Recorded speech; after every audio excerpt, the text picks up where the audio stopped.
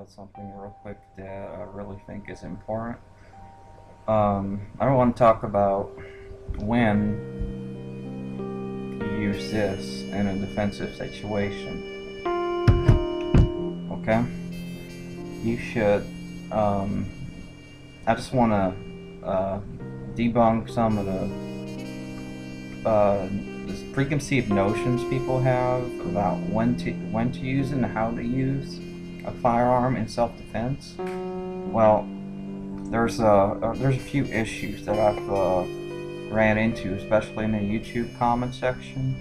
A lot of people seem to think that you could just shoot somebody in the leg, and the thing is, the courts will look at you and they'll see if it was even justified for you to draw that firearm, and they're gonna argue that you didn't feel threatened enough, that you didn't use lethal force.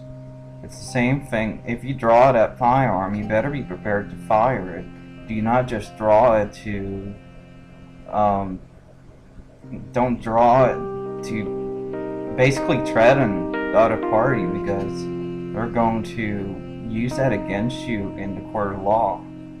And I really just want to stress that I'm really being kind of disturbed by the comments I've been receiving. Also, they're talking about how you should use less than lethal ammunition, and it's all fine and dandy. You know, in a perfect world, you'll be able to do that, but you'll be liable for lawsuits. They're going to bring that argument up again, that you didn't feel that your life was in danger to use that kind of ammunition. And frankly, you need to stop the threat no matter what. They're in your house. If they're in your house, you can assume they're out there to do harm. And if you're out and about and a concealed carry license holder, or if it's legal in your state, then that firearm should only come out of your holster when you're prepared to fire. And if you're just gonna threaten with him and point it at him, that ultimately can be used against you by law enforcement, and there's many problems you can run into, and they can even say you were brandishing a firearm needlessly because you didn't feel like your life was in danger. For self-defense, I would always recommend quality hollow point ammunition, something that can really stop the threat. Do not use full metal jackets. They are not made for stopping the threat.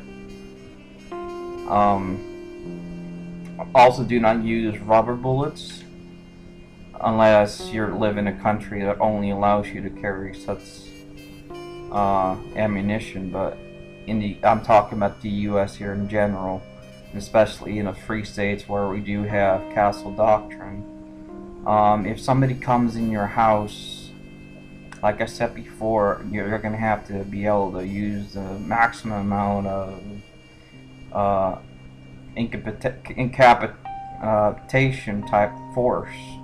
If you're, in your house, you're going to want to use buckshot over birdshot, in my opinion. Some people may argue that birdshot is enough, but honestly, that it's the same thing. You're using less lethal ammunition. Granted, you worry about over penetration, but in such a situation,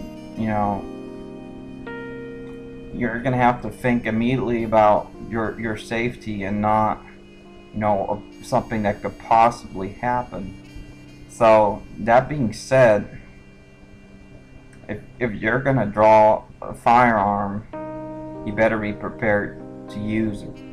And the same thing, another consideration is, of course, what kind of firearm are you going to use? What kind of house do you live in? Is there a danger that over penetration or penetration through a wall will be able to take somebody out. Well, honestly, that's going to have to be consideration that you're just going to have to keep in the back of your mind. But at that time, you have to focus on defending your life. And whatever could happen, and you have to deal with that later. You have to cross that bridge when you get there. But you're going to have to be prepared to, make a tactical assessment of, what's going to happen, who's going to come in your house, and where they'll more likely be coming in, and where that bullet's going to land. It's going to basically be a split-second decision you're going to have to make, and how you're going to make that shot.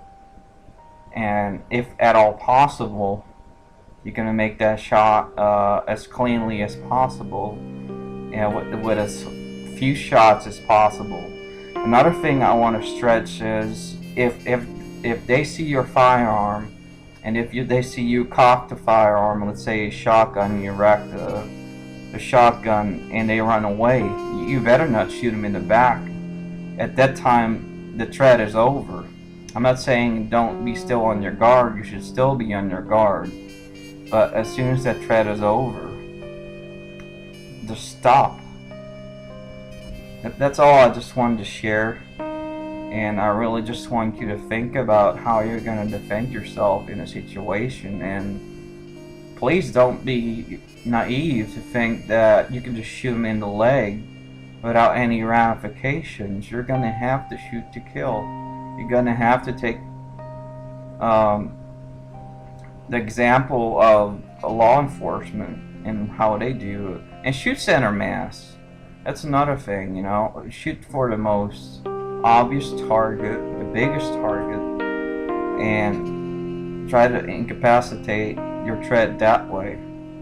That's all I have to say, and hope you guys have a good day. Thank you for watching, liking, whatever you want to do, and hope you have a good day.